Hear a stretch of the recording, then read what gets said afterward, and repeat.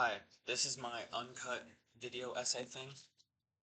I recorded this a few times a few weeks back, and then I listened to it, and it was completely incoherent and ununderstandable. And this time I'm going to try to do a better job of making this followable, but I'm still probably going to fail.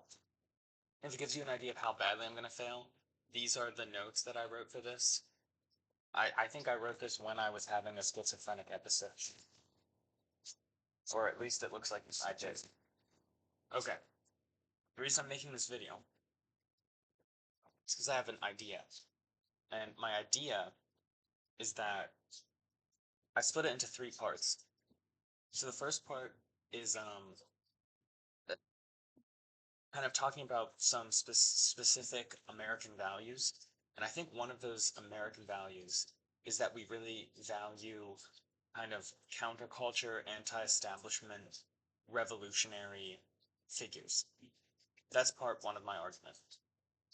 Part two of my argument is that because we desire that, industries and advertisements, they try to associate themselves with those ideas. That's the second part of my argument. I have like evidence for all these things that I'll go into.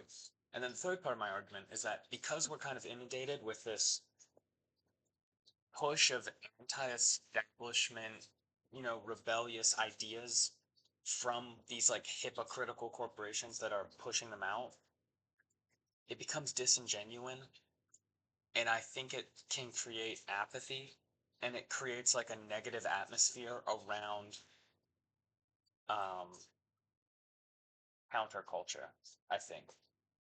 Um, I'll explain it more as I go. I made this video with, I have a bunch of pieces of paper that I printed out that should make it fun. I'm not going to cut this because I don't feel like it, and I think it's cooler to kind of have it just like straight. So the first part, Americans value these counterculture people. I think we really strong individuals who have their own personality. We like artists that break boundaries. We like activists. We like politicians that sell themselves to be kind of like activists and breaking boundaries. Um, we do it a lot. I think you say, boom, American legend Martin Luther King. It's because he went against the dominant culture, brought his counterculture, which was African Americans living in America who were oppressed for a long time, and he fought, he made change, and he's kind of this individual hero. An even more like American guy, George Washington's our hero, right? Revolution, underdog. I think this also kind of makes sense in the context of the American self-made man. We love someone who kind of made it their way, despite the establishment, despite all the forces against them. And I think that we do value a lot of criminals. Like, I think even people like Bonnie and Clyde, like Al Capone, uh, even if we think they're immoral, maybe, we still are really into people like this. Um, and I think the ultimate example of this is Jesus. He's the ultimate underdog story, right? He was literally killed and crucified for preaching his subculture. Christianity started as a, I don't know, a counterculture movement, and they killed the leader of them. Um, as we've seen in lots of other things. I think that this obsession with with kind of counterculture is also why these photos are so famous. This is Donald Trump's mugshot. This is Frank Sinatra's mugshot. How many pizza places have you been in that have this on the wall? I'm sure this is, I don't interact with enough people in my liberal bubble to see this printed on t-shirts, but I'm assuming it's out there all over the place. Um, and I think this just speaks to the American obsession with individualism, with revolution, with counterculture identity that we all kind of want to have. That's why you see, evangelical Christians, they'll be like, oh, we're oppressed. Our people are fighting back, happens all the time. I think some other just popular figure, not as popular American figure, but just this is, oh, I'm gonna fold that back. That's Joe Strummer of the Clash. Musicians like I mean, Anthony Bourdain, super popular figure, seen as this kind of like rebel, anti-establishment fighter. Um, Debbie Harry, I think, is like the same way. She's kind of provocative. We really like that stuff. Let's see. I wrote some other things on here that will maybe be interesting. I'll just say anything. Uh, I don't know. I think I made this point pretty well. Oh, I think another thing is like the top three movies this year. I looked at Barbie, Oppenheimer, Super Mario. I think that says something. I think because they're all just like the name of the character in that movie, and they all kind of demonstrate this like especially Barbie. It's exactly kind of what I'm saying. Of these, we love the idea of feminism, and this company will sell it to us. I guess this is a transition. Nice work. Um, they understand that we want this, so corporations understand that we value things, and they'll give it to us. I mean, examples of this happen. This is common knowledge. What I'm saying right now, I know, but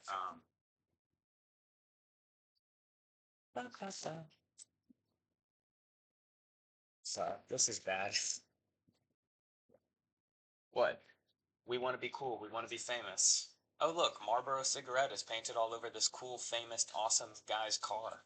That's cool. I'll buy Marlboro cigarettes subconsciously, you know? Or like, man, I really love having sex with beautiful people. Do you think this Mercedes will let me have sex with beautiful people? Maybe it will, because look, they're right next to each other. It probably will. I mean, it won't, but well, actually, maybe it will. I don't know.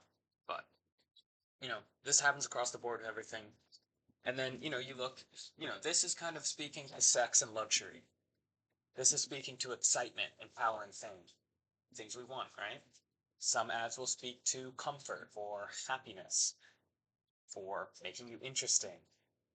And then I think some ads will point to your desire to be kind of, it goes in with that interesting thing, but to be this kind of like, ooh, I feel like I'm doing something. I feel like I'm an activist. I feel like I'm counterculture. I'm embracing something that the establishment maybe doesn't want me to.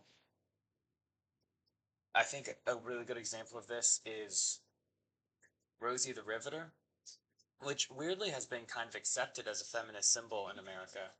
But if you really think about it, this is taking two ideas that do not belong together whatsoever and attaching them together. So one of those ideas is, women have the right to be independent, and working and making your own money is a way to get that independence. That's very true. That's a very good value, you know? The value that's attaching that with is you should be patriotic and nationalistic, and you should manufacture weapons for your country, and it's attaching those ideas. So now building weapons and being a empowered woman in the workforce are now these like interlocked ideas in order to encourage people to go build weapons. Which, when you put it like that, it sounds insane, but I think that is what it is. Um, it's kind of what it is. I just have a lot of funny things here. So I think a lot of that's like activism, and I think this leads to like, that's why you look at magazines and you see people that are kind of just dressed like the Ramones, but their clothes cost like thousands and thousands of dollars. Um, I think an example of this is Harry Styles wearing a dress on the cover of Vogue. I remember this was a huge deal several years ago. And on the cover it says, Harry Styles makes his own rules, and it has a quote. It says, anytime you're putting barriers up in your life, you're limiting yourself. So he is positioned as essentially this righteous, um, barrier breaking individual who is kind of like tearing down gender barriers, you know?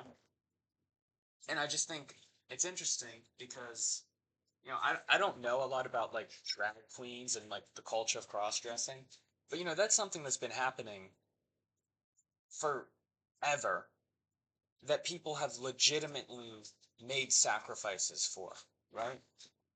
I think it only started to become like a mainstream idea outside of gay culture. Again, I don't know much about this, but my knowledge of just like punk music and stuff in the 70s, you've got David Bowie comes second.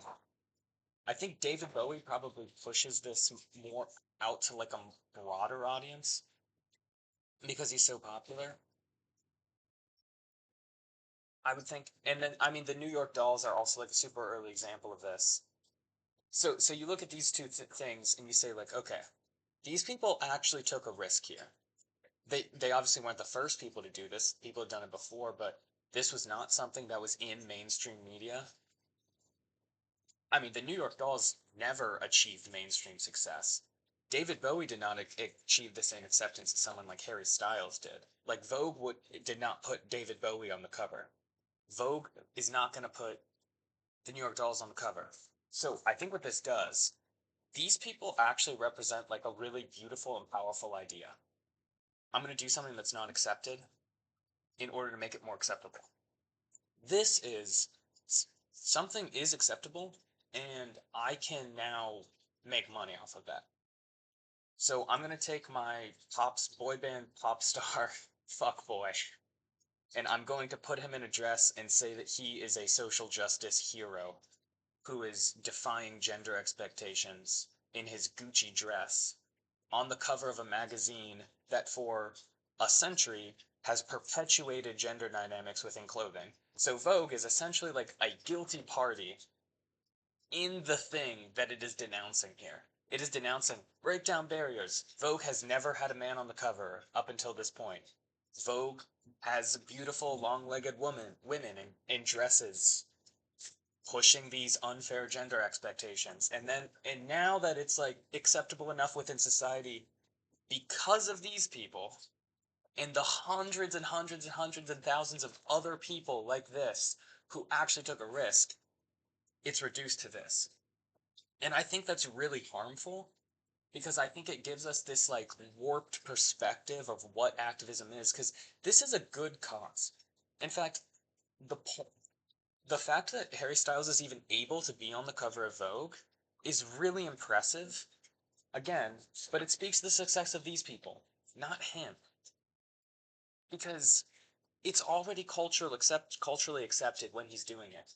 So now everyone's image of like activism is like, oh, dumb celebrities doing shit, and it's like, yeah, it just like takes away from the actual stuff. I think it just fucks up our heads, you know. I think I had another thing. Yeah, this is another example of this. You see it.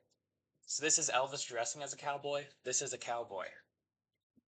It's an obsession with the common man, with the guy who's against it all. Elvis isn't against it all, giant pop star. I mean, also, I think I didn't even think about this, but you can even tie him his well-known thievery of black musicians of, wow, they really made something and took a risk being black and making this extremely cool music that no one had made before. But this guy is already culturally accepted, is already okay. He's not taking a risk. They took the risk, and now it seems like he is, and it demeans that culture. It just sucks the life out of that culture. I think that's the reason why nowadays, if you were like, yeah, I'm a punk, I'm gonna roll my eyes at you because I'm gonna think you are a Machine Gun Kelly fan. If a punk band says like, I hate the government, I would laugh. I'd be like, that's such a stupid ass line. In the 70s, that's not a stupid line because it's actually like, oh wow, no one's saying that. That's cool. But now you have like Green Day saying the same line. You're like, American Idiot. It's like, it, it fucks up the idea for me. So now, I don't want to agree with Green Day. I have more here. Oh, I thought this kind of relates. I just thought it was funny. This is my thing. So you see, it's like these are supposedly she is supposedly brat. It's just stupid shit. It also makes me think of 1984. War is peace, freedom is slavery. Kamala is brat. Just association of things that don't belong together. Where'd I put that Joe Street book? Because that was actually pretty good. Oh, I have this. This is like fashion's forever long love affair with punk. So like I'm focusing on punk just because it's what I know about. But like, I mean, this is currently happening to hip hop, like on the broad world stage of people and record labels identifying the popularity of something that's been pushed into the mainstream by people that actually are artists that have actually pushed it out there just by sheer greatness of what they do. And then you stand up people. Of course, the most well-known one right now is, I mean, Drake, because he's getting fucking torn apart by Kendrick about this exact subject. Is um, it's just selling this product that is imitating counterculture, but it's just mainstream pop culture. And then it demean like that's why Kendrick Lamar is. I don't know why I didn't write this down. I didn't think I was going to talk about this. That's why Kendrick Lamar is angry. He's destroying his art form, which hip hop is the voice of Black America that didn't have a voice preaching this message, and now it's being preached by a guy who said started from the bottom, now I'm here, and he started on a fucking TV show in Toronto. I guess Toronto has nothing to do with it, but he didn't start from the bottom. It's a lie, and it's strategic. Yeah, this is what I was thinking of. See, it kind of like kills the cult because do you see how fucked up he looks? Like, look at his British ass teeth. Like this is fucked up. But then this adaptation of what he is doing is all cleaned up, all pristine, and it kind of bastardizes the values that this culture has when it gets copied. Um, because look, she's like, I'm sure this clothing is extremely expensive. So, punk is in itself an anti-consumerist kind of art form. It's like, oh, I'll just wear whatever the fuck I want. I don't care. It's not fashion. Now it's like, oh, we'll repackage the want for anti-consumerism into a consumerist product that we can sell you, which is crazy. Uh, and it's all, yeah, it's not good. This is something that I also don't think is that relevant, but it's a little bit relevant. So this music video with Taylor Swift where she dresses like she's a nerd or something? I guess that's what she's supposed to be doing. And she's like, you know, I she wears short skirts, I wear t-shirts. And it's like I understand that as a woman who is famous, you end up having to do stuff you don't want to do because there's all these double standards. But it's like she wears short skirts and high heels all the time. And like yes, like I can't as a man completely understand that there's this standard that she has to fit to in order to be famous. But it's like, are you really gonna? Because there are people that fight against that. Like there are popular people that fight against that. I think like Billie Eilish is someone who fights against that. She often is wearing kind of like baggy, more masculine clothes. So she could actually sing about something like that, like, oh yeah, this other girl, she's wearing a shorts, like, blah, blah, blah, I'd do it. But it's like Taylor Swift is just not really embracing that. She will not at all. She's not embracing that message at all. It's just a lie, kind of. It's disingenuous, which maybe you're okay with. If you're okay with it, that's fine, I guess. But I feel like in the art I consume, I want people to be genuine, or at least mostly genuine. Not just this is just like completely antithetical to the purpose of that song. You know, of this. And I think the key thing here is when culture gets pulled out of where it's from and then put into like a little packaged up commodity to be sold to you, it gets sterilized and cleaned out and it doesn't represent anything anymore. And then that becomes associated with the culture it came from. And it kills culture, you know?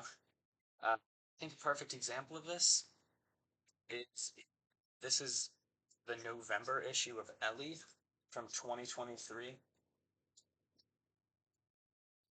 Smells like perfume.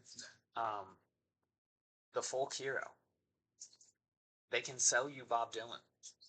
They can sell you folk culture and folk identity. They can sell you Bob Dylan's identity right here.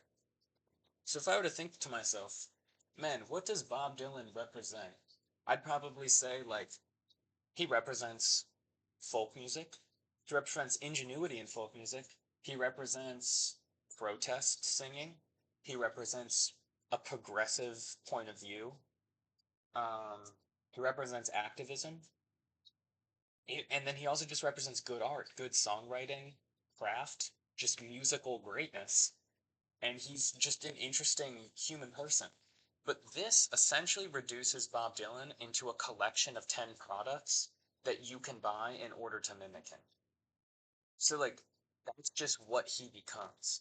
Also, the total of this page, if you were to buy everything here, is $25,000.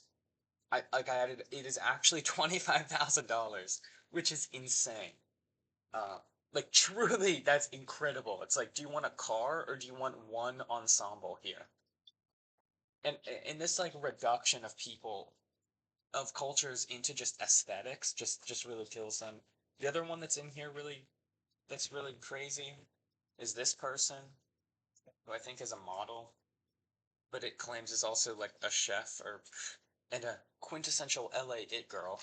But yeah, it says the 90s grunge rock dream girl archetype gets a very 2024 resurrection in the form of Gabriette.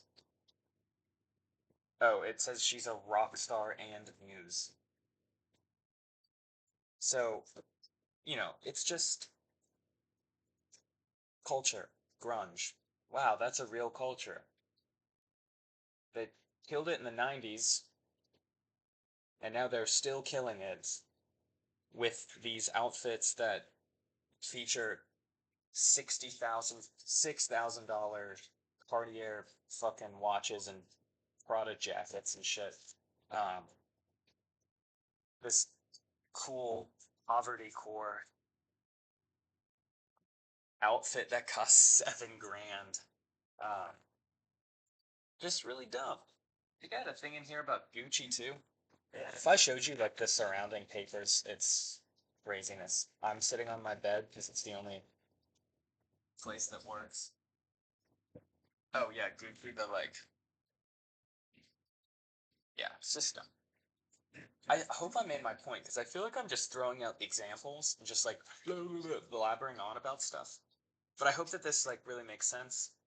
Um, and I think this is the last example I used from a magazine. This is from Vogue, uh, the November issue of Vogue.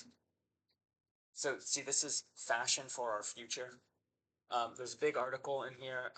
Dr. Jill Biden was at this thing and a bunch of fashion things in New York marching around Manhattan.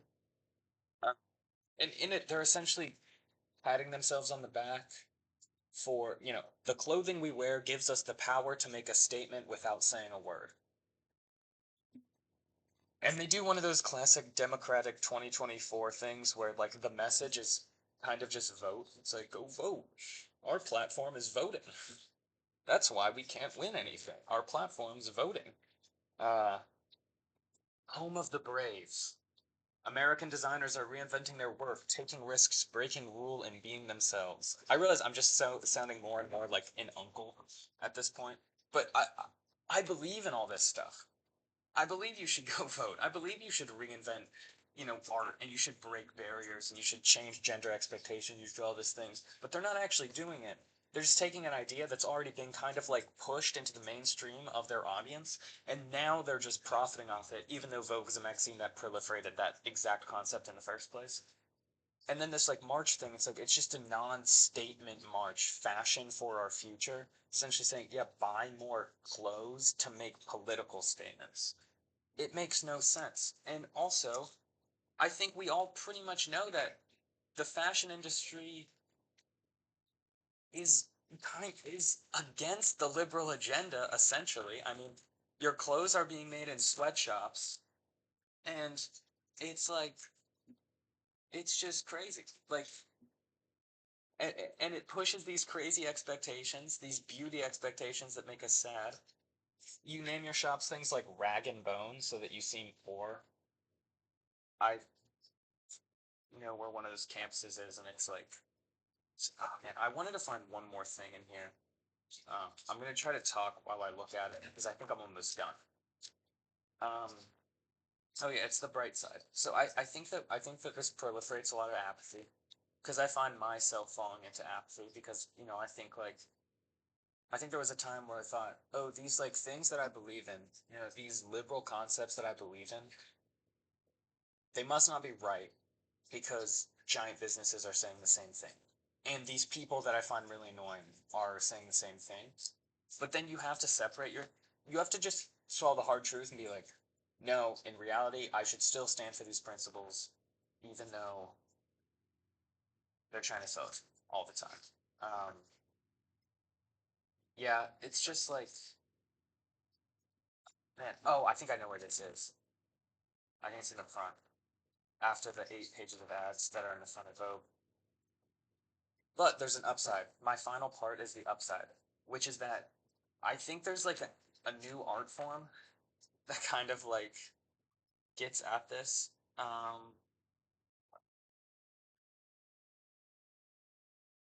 I'm not gonna find it. Yeah, I'm not gonna find it. I thought I'd be able to find it, but I couldn't. Maybe it's in this one. I'm not gonna look too hard though. Um, oh, there is another funny thing in here. I forgot. Birth of the February It Girl, and then also there's like a 1920s flapper outfit or identity that they can sell you.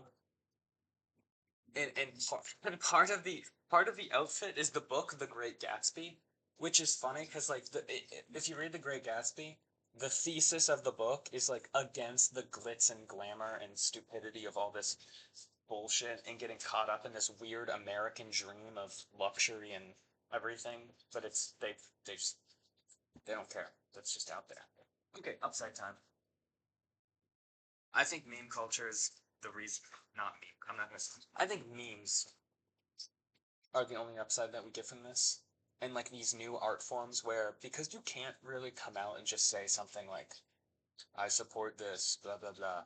You have to have some like complicated, contradicting, hypocritical, radical, weird like message in order to get anything across. Or you just have no message whatsoever. Because it's the one thing they can't take from us. You know, something like this is funny just because it's like there is no meaning, and that is what is funny. And maybe eventually they'll find a way to market this idea to us in order to get us to buy something. But right now, this is just a completely unmonetarily useful thing in every single sense of the word. Same with this. Like, I don't know how you could make money off that. You know, I I know how you could make money off this. There's a lot of people that make money off this. You know, there's a lot of people that make money off this idea too. What's this? People make money off this idea too. People make money off all these ideas because it's something we really care about. There's essentially no idea in here except for just like anti-idea. It's just no idea. Um, I think that this is really great. There's nothing here to take. Is this a statement? No, I don't think it is. I don't think this says anything. And now I'm gonna end this with the crown jewel of what I think. I think this is probably a modern. And remember, when I'm calling this, I think this stuff is very much art. I think it's art. I think it's very good art. You know, people thought when photography started out, when someone hung a photograph in an art museum, people were like, no, that is not art. You just took a picture of something. Now we understand that's obviously art. Photograph is obviously art. The choice to take a photo of something and the way in which you do it is artistic. People are better at than other people, but people originally said that's not art. They said modern art wasn't art. They said abstract art wasn't art. Everybody says everything's not art. This is art. I think this is probably one of the masterpieces of modern, sorry, not modern, contemporary art, I guess. Um, I'm sure I could come up with some degenerate name for this, like post anti-modernism or something like that. But because there's no message. There is no message, and that is the message. Maybe I sound like weird. Yeah, everything creates this weird paradoxical thing in our head where like the clothing brand is telling us that they hate fast fashion, and the oil companies say that they're looking for a green solution. And then it all just kind of like mixes in your head, and you're like, why is the person that I agree with and the thing I hate both saying the same thing? And I think it fucks up your brain. Thank you. Oh, also, I was supposed to have my Liverpool jersey here and be like, look, I do the same thing. They sell me an identity as well. And, it happens, A team like Liverpool. This is my mic, so I'm recording. Alright, this is 30 minutes long now. Thank you to the one person that watched all of this, which is most likely my brother. Hi.